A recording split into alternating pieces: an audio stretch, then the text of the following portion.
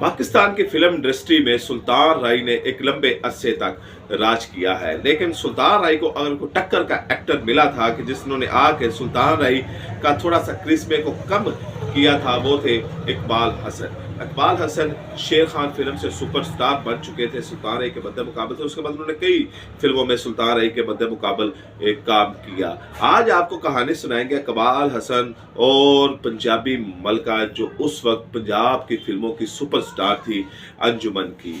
इकबाल हसन के बारे में ये मशहूर था कि वो अपनी रात बुरे कामों में गुजारते हैं, वो ड्रिंकर भी हैं और दूसरे जो मामलात हैं जैसे कि एक एक्टर्स या शोबिस इंडस्ट्री में होता है। जबकि दूसरी तरफ सुल्तान राय के बारे में मशहूर था कि वो हकीकी ज़िंदगी में एक वली का दर्जा रखते हैं और सारी रात अपनी इबादत में गुजारते हैं। इस तरह इकबाल हसन के बारे में मशहूर था कि ये जुआ और रात को दूसरी जो शरबत वगैरह पीने में अपना जो है वो वक्त ज़्यादा गुजारते हैं और ख़वातीन के साथ भी इनके ताल्लुक हैं।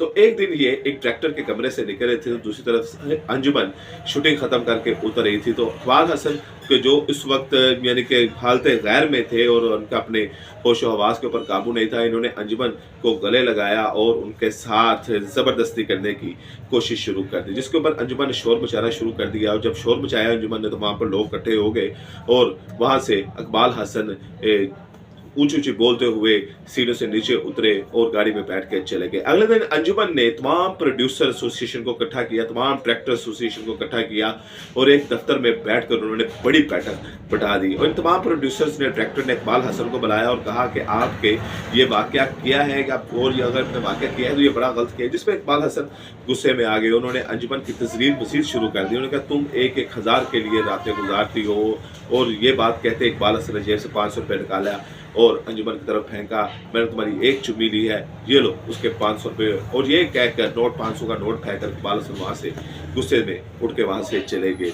ये वाक़यात अक्सर फिल्म इंडस्ट्री में होते थे, लेकिन ये अनोखा और झूठा वाक़या इसलिए था कि अगर कोई ऐसा वाक़या होता था तो बड़े वहाँ पर बैठते थे और सुलह सफाई होती थी, जिसकी गलती होती थी वो अपनी माफ़ी मांग लेता था। लेकिन यहाँ पर काम उल्टा हो गया था। इकबाल हसन क्योंकि अपनी शोहरत को हसम नहीं कर पा रहे थे, वो अपने आप को सुपर डुपर स्टार समझ रहे थे और कह रहे थे कि मेरे खिलाफ मेरी अना के ऊपर इतना बड़ा झटका कि लोगों ने मुझे बैठाया हुआ है। और इकबाल हसन का उस वक्त क्योंकि एक क्रिस्मा चल रहा था, फिल्में उनकी 1-1.5 दर्जन फिल्में थी, ज़्यादातर उनकी फिल्में सुपरहिट गई थी, इसमें कोई शक नहीं था कि वो बड़े अदाकार थे, स्क्रीन के पर्दे के ऊपर लोग उनको पसंद करते थे। लेकिन हकीकी ज़िंदगी में वो इसके थोड़े से उल्ट थे और उनकी जो मनफियात थी वो ज़्यादा थी। तो इसके ऊपर तमाम जितने वहाँ पे बड़े बड़े लोग बैठे हुए थे वो शिश्ता रह गए कि ये इकबाल हसन ने क्या हरकत की है।